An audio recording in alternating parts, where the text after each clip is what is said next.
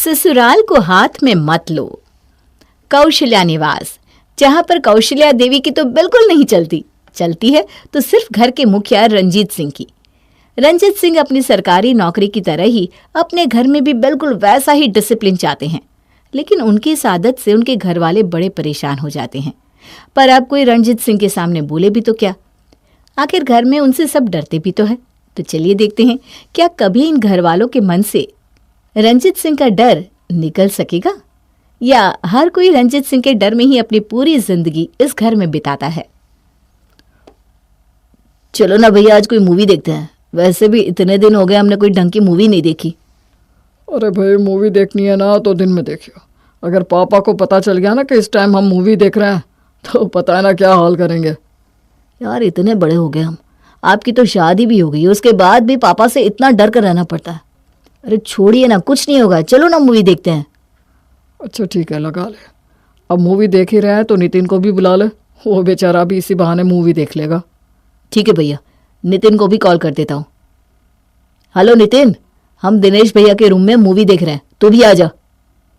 अरे मूवी और इस टाइम, अगर पापा को पता चल गया तो पता है ना क्या होगा।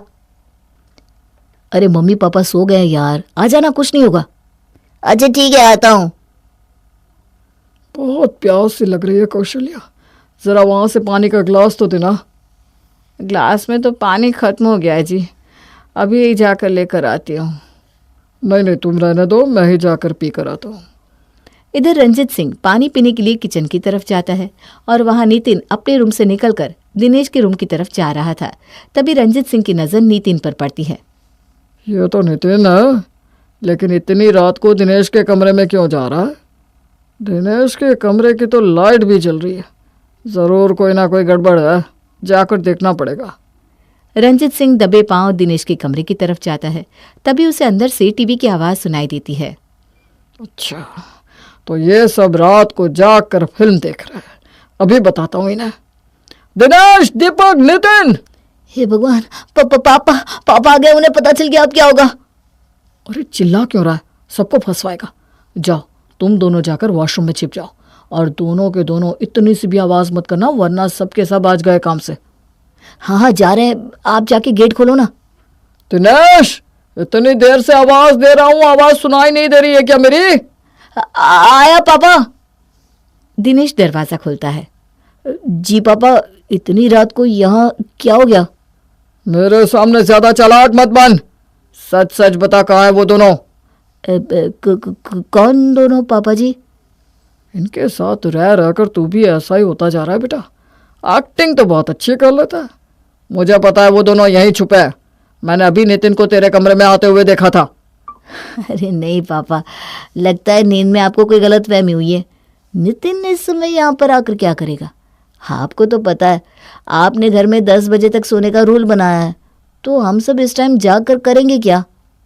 इससे पहले कि दिनेश कुछ और कहता, रंजीत को दिनेश के रूम में नितिन की चप्पल नजर आ जाती है।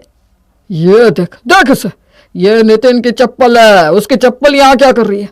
मुझे पता है दोनों के दोनों यही हैं। बाथरूम में छुपाया है ना तुमने उन दोनों को। खोल बाथरूम का गेट, जल्दी खोल। हट, तू तो गेट खोलने से रहा, मैं ही खोलता हूँ।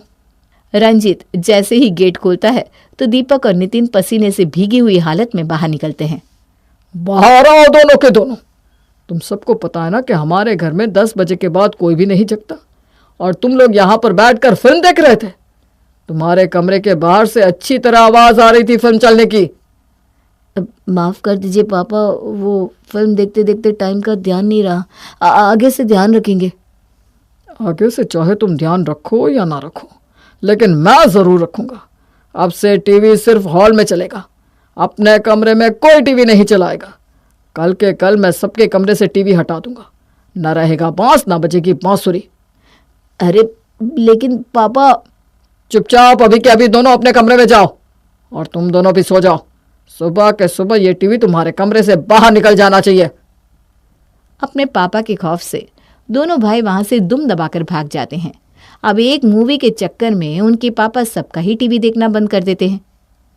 यार क्यों ही प्लान बनाया हमने मूवी देखने का, कम से कम दिन में तो टीवी देख लेते थे। अब तो दिन में भी टीवी नहीं देख पाएंगे। हॉल में पापा अपनी पसंद के अलावा कोई और चैनल देखने नहीं देंगे। एक ये थोड़ा बहुत सुख था जीवन में, अब वो भी नहीं रहा। अगली सुबह। चलो उठ जाओ कौशल्या, सुबह के 5 बज गए। कौशल्या, कौशल्या, कितनी देर से तुम्हें आवाज दे रहा हूं, तुम्हें मेरी आवाज सुनाई नहीं दे रही है क्या? उठ गई जी, उठ गई। सबकी तरह तुम्हारी आदत भी खराब होती जा रही है। मैं जैसे ही एक आवाज देता हूं उसमें तुम्हारी आंख खुल जानी चाहिए। जीवन में थोड़ा डिसिप्लिन लेकर आओ। लगता है अभी तक ये बच्चे नहीं उठे, अभी जाकर जगाता हूं इन्हें। रंजीत सिंह बाहर हॉल में जाकर अपने सभी बच्चों का नाम चिल्लाना शुरू कर देते हैं। दिनेश, दीपक, नितिन, कहाँ हो तुम सब? सुबह के 5:05 हो रहे हैं और तुम लोग अभी तक अपने कमरों में हो। जल्दी से उठकर बाहर आओ और वॉक पर जाओ। हे भगवान, एक तो नींद पूरी नहीं हुई, ऊपर से सुबह सुबह इन्होंने उठा दिया। पापा तो कभी जिंदगी में मेरी नींद पूरी होने ही नहीं देंगे। अरे जल्दी उठिए ना, पापा जी बाहर हॉल में ही आ गए। अगर 1 मिनट के अंदर अगर हम हॉल में नहीं गए तो पता है ना, दोनों से पूरे 2 घंटे तक एक्सरसाइज करवाएंगे। चलिए ना जल्दी। हे भगवान, पापा ने तो दुखी कर दिया यार, और चैन से सोने भी नहीं देते। लेकिन हम कर भी क्या सकते हैं, उन्हें कुछ कह भी नहीं सकते। चलो। सब लोग बाहर हॉल में आते हैं। टाइम देख रहे हो? 5:10 हो रहा है। तुम सब के सब आज पूरे 10 मिनट लेट आए हो, इसलिए पूरे 10 राउंड एक्स्ट्रा लगाओगे आज ग्राउंड के। और अगर किसी ने अपने राउंड कंप्लीट नहीं किए तो पूरे 1 महीने तक 20 एक्स्ट्रा राउंड लगाओगे। हे भगवान, अब ये क्या नई मुसीबत है। मैं तो सोच रहा था आज पार्क में जाकर अपनी म्यूजिक की प्रैक्टिस करूंगा, लेकिन इन्होंने तो सर पर एक्स्ट्रा 10 राउंड का अलग ही बम फोड़ दिया। चलो जल्दी सबके सब। और तू इस तरह यहाँ खड़ा होकर क्या सोच रहा है? लगता है तुझे 10 राउंड की जगह पूरे 15 राउंड एक्स्ट्रा लगाना है, हाँ? नहीं, जा रहा हूँ मैं। रंजीत सिंह के डर से सभी लोग जैसे तैसे करके ग्राउंड के 10 राउंड एक्स्ट्रा लगा लेते हैं। मैं तो बहुत थक गया यार, क्यों हुए हम 10 मिनट लेट। इससे अच्छा थोड़ा जल्दी उठ जाते तो ये आफत तो सर पर ना पड़ती। भैया, आप या हम भले ही कुछ भी कर ले, लेकिन पापा की डिसिप्लिन की लिस्ट में से ऐसा कुछ न कुछ निकलता ही है जिससे हमारी रोज के रोज शामत आ जाती है। यहाँ पर खड़े होकर क्या खुसुर पुसुर कर रहे हो? राउंड पूरे हो गए ना तुम्हारे? अब घर नहीं जाना क्या? जाना है पापा, जाना है। अभी बस जा ही रहे थे। अगर 15 मिनट के अंदर अंदर घर नहीं पहुंचे तो कल के 10 राउंड और पक्के सोच लेना। अरे नहीं, भागो यार। तीनों भाई जल्दी से दौड़ते हुए घर पर पहुंचते हैं, लेकिन उनसे पहले तो उनके पापा ही घर पर पहुंचकर फ्रेश होकर बैठ गए थे। जब जवानी में तुम लोगों का ये हाल है तो जब मेरी तरह बूढ़े हो जाओगे तो क्या होगा? फिट बनाओ खुद को, थोड़ा डिसिप्लिन लाओ अपने अंदर। पापा जी, नाश्ता। बेटा, ये तूने आज नाश्ते में क्या बना दिया? कितनी बार मना किया है कि घर में इतना तेल घी वाला खाना नहीं बनेगा, फिर घर में ये पाव भाजी क्यों बनाई है? एक तो इस भाजी में इतना सारा मक्खन, ऊपर से ये पाव पूरा का पूरा मैदे का बना है। कोई बात नहीं ना पापा, अब भाभी ने इतने प्यार से बनाया है तो खा लेते हैं। दीपक के इतना कहते ही उसके पापा उसे इतने गुस्से में देखते हैं कि दीपक अपनी नजरें नीचे करके बैठ जाता है। नहीं भाभी, मुझे नहीं खानी पाव भाजी। पापा सही कह रहे हैं, ये बहुत ज्यादा तेल मसाले वाली है। कोई नहीं खाएगा इसे। सबके लिए दलिया बना दो, और आज के बाद घर में ऐसा कुछ नहीं बनना चाहिए। इसके चक्कर में हमारा नाश्ता भी लेट हो जाएगा। बेचारी प्रिया ने सुबह सुबह इतनी मेहनत से सबके लिए पाव भाजी बनाई, लेकिन रंजीत सिंह के डर से वो किसी ने नहीं खाई। तो प्रिया को भी इस बात का बहुत बुरा लगा, लेकिन अब वो चाहकर भी कुछ नहीं कर सकती थी, क्योंकि वो भी सबकी तरह अपने ससुर जी से बहुत डरती थी। काश इस घर में कोई ऐसा है जो पापा जी को सुधार दे। इनके डर से तो हम लोग अपनी मर्जी से कुछ भी नहीं कर पाते। हे भगवान, किसी को तो हमारी मदद के लिए भेज दो। और भगवान भी प्रिया की प्रार्थना सुन लेते हैं, और कुछ दिन बाद घर में दीपक की होती है शादी, और घर में एंट्री होती है प्रिया की देवरानी रिया की। अब देखते हैं क्या रिया सभी घर वालों के मन से अपने ससुर जी का डर निकाल पाती है, और क्या अपने ससुर जी को सुधार पाती है। प्रिया दीदी, मुझे मार्केट से अपना कुछ सामान लेकर आना था। चलिए ना, हम दोनों मार्केट चलते हैं, नहीं तो फिर रात के खाने का टाइम हो जाएगा। लेकिन रिया, हम इस टाइम मार्केट नहीं जा सकते। पापा जी को पसंद नहीं कि कोई भी शाम के 5 बजे के बाद कहीं बाहर जाए। वो तो दिनेश जी और दीपक भैया जॉब करते हैं ना, इसलिए रात को लेट आते हैं, वरना पापा जी तो 5 बजे के बाद उन्हें भी घर से बाहर नहीं जाने देते। क्या भला ये क्या बात हुई? जब हम लोग पूरा दिन घर का काम करते हैं, शाम को ही तो थोड़ी फुर्सत मिलती है, तो उसी टाइम में मार्केट जाएंगे ना। हाँ, लेकिन ये रूल ना पापा जी ने बनाया है और हम में से तो किसी की हिम्मत नहीं उनके बनाए हुए रूल्स को तोड़ने की। दीदी, रूल्स तो होते ही इसलिए है ताकि उनको तोड़ा जा सके, और वैसे भी ये कैसे रूल्स हुए जिसमें दूसरों की जिंदगी को अपने अनुसार चलाया जाए? ये कोई स्कूल थोड़ी ना है, घर है। अब अपने घर में भी अगर इंसान अपनी मर्जी से नहीं रहेगा तो कैसे रहेगा? तुम ना मेरे सामने ये सारी बातें कह रही हो, लेकिन पापा जी के सामने किसी की कुछ बोलने की हिम्मत नहीं होती।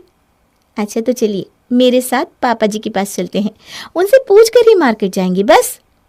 दोनों हॉल में आते हैं। मम्मी जी, पापा जी, मुझे मार्केट से अपना कुछ सामान लेकर आना है, तो मैं दीदी के साथ मार्केट जा रही हूँ। शाम का खाना बनाने का टाइम होगा, उससे पहले हम लोग आ जाएंगे।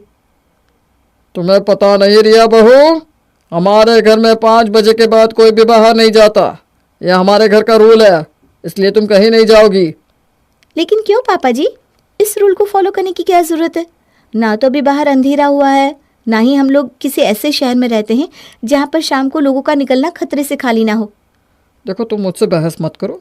एक बार मैंने कह दिया कि ये हमारे घर का रूल है तो है।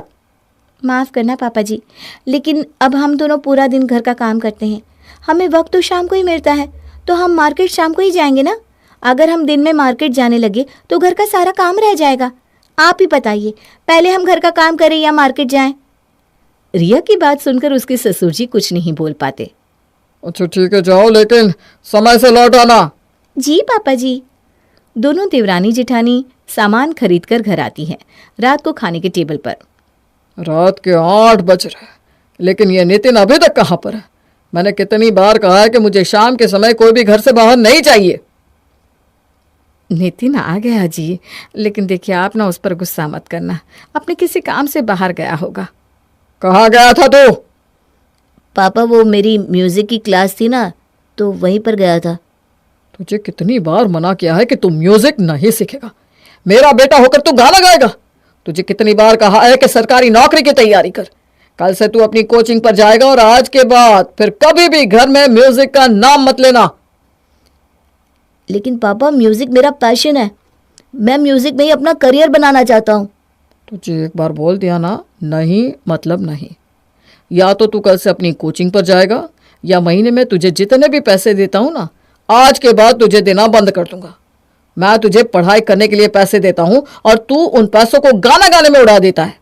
नितिन उदास होकर वहां से चला जाता है।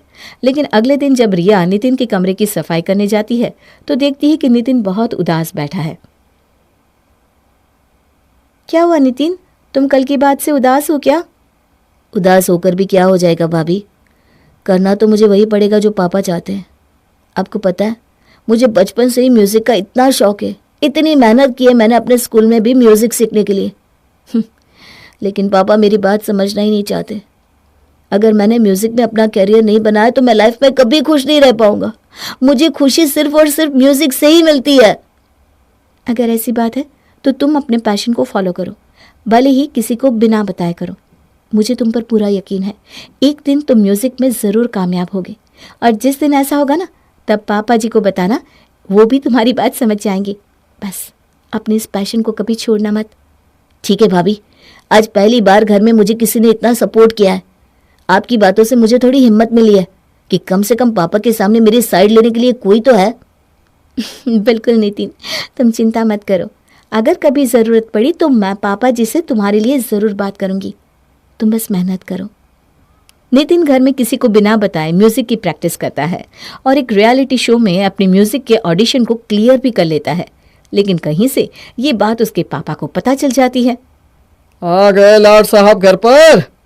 मैंने इसे म्यूजिक छोड़ने के लिए कहा, लेकिन ये तो एक शो के लिए ऑडिशन देकर आया है। इस लड़के के लिए मेरी कही हुई बात का कोई मोल ही नहीं। ऐसा नहीं है पापा, मैंने आपको कितनी बार कहा कि मुझे सिर्फ और सिर्फ म्यूज़िक में आगे बढ़ना है, लेकिन जब आपने मेरी बात नहीं सुनी तो मेरे पास कोई और ऑप्शन नहीं था, और मैंने तो अपना ऑडिशन क्लियर भी कर लिया है। आपके बेटे का ऑडिशन टीवी पर आएगा, आपको खुशी नहीं है इस बात की? तूने जब मेरी बात नहीं मानी तो मुझे तेरे लिए किस बात की खुशी होनी चाहिए? मुझे लगा था तू मेरी बात मानकर सरकारी नौकरी की तैयारी कर रहा है, लेकिन तूने तो मुझसे झूठ बोला। लेकिन पापा। बस, मुझे तेरी कोई बात नहीं सुननी, और आज के बाद तुझे मुझसे बात करने की कोई ज़रूरत नहीं है। अपने पापा की बातों से नितिन की आंखों में आंसू आ जाते हैं। रिया उसकी आंखों में आंसू नहीं देख पाती। बस बहुत हो गया, मुझे तो समझ में नहीं आता ये कोई घर है या कोई कैद खाना जहां पर कोई इंसान अपनी मर्जी से अपनी खुशियां भी नहीं जी सकता। बहू! नहीं पापा जी, आपको लगता है कि दूसरों के लिए आप जो डिसीजन लेते हो वही उनके लिए अच्छा होता है, लेकिन क्या कभी आपने किसी की खुशियों के बारे में सोचा है? आपने ये तो देख लिया कि आपके बेटे ने आपकी बात नहीं मानी, सरकारी नौकरी की तैयारी नहीं की, लेकिन क्या आपने कभी उसके मन की बात जानने की कोशिश की? आपके लिए तो सिर्फ वही अच्छा है जो आपकी बात मानता है, और जो अपनी खुशी के लिए कुछ करता है वो आपके लिए बुरा हो जाता है। मैं इस घर में किसी का भी बुरा नहीं चाहता, और इस घर में सब लोग मुझसे प्यार करते हैं, इसीलिए सब मेरी बात मानते हैं। अगर इसकी नजरों में मेरी कुछ इज्जत होती तो ये भी मेरी बात मानता। अगर इसके मन में मेरे लिए जरा भी प्यार होता तो ये भी कभी मेरे खिलाफ नहीं जाता। इसमें तो कोई शक नहीं पापा जी कि घर में सब लोग आपसे बहुत प्यार करते हैं, लेकिन सब लोग आपके फैसलों पर उंगली इसलिए नहीं उठाते क्योंकि वो आपसे डरते हैं। वो जानते हैं कि अगर उन्होंने अपनी मर्जी से कभी भी कुछ करने की कोशिश की तो आप उनके साथ ऐसा ही बर्ताव करोगे जैसा आज आप नितिन के साथ कर रहे हो। उस बेचारे की सिर्फ यही गलती है ना कि उसने वो करने की कोशिश की जो वो करना चाहता था। अगर मम्मी जी को कोई चीज़ पसंद है और आपको नहीं, और वो ज़बरदस्ती आप पर उस चीज़ को थोपने की कोशिश करे, तो आप कब तक उस चीज़ को कर पाओगे? हर इंसान की सोच अलग होती है, हर इंसान की ख्वाहिशें भी अलग होती है। किसी को कोई चीज़ करके खुशी मिलती है, किसी को कुछ और करके खुशी मिलती है। इस दुनिया में कोई डॉक्टर बनकर खुश है तो कोई पायलट बनकर, लेकिन इसका मतलब ये नहीं कि जो डॉक्टर नहीं बना वो गलत है, या जो पायलट बन गया सिर्फ वही ज़्यादा कामयाब है। असल बात तो यह है कि आपके डर की वजह से कोई आपसे अपने मन की बात नहीं कह पाता, और इसी वजह से सब अंदर ही अंदर घुटते रहते हैं। तू ठीक कह रही है बहू, शायद मैंने इस तरीके से अपनी ज़िंदगी में कभी कुछ सोचा ही नहीं, बस अपने फैसले हमेशा दूसरों पर थोपता रहा। मुझे माफ़ कर देना नितिन बेटा, मुझे ऐसा नहीं करना चाहिए था। रिया की हिम्मत और समझदारी से आज रंजित सिंह को भी उसकी गलती समझ में आ जाती है, और उस दिन के बाद वो फिर कभी दूसरों पर अपने फैसलों को नहीं थोपता, बल्कि सभी की पसंद नापसंद और उनके निर्णयों की इज्जत करता है।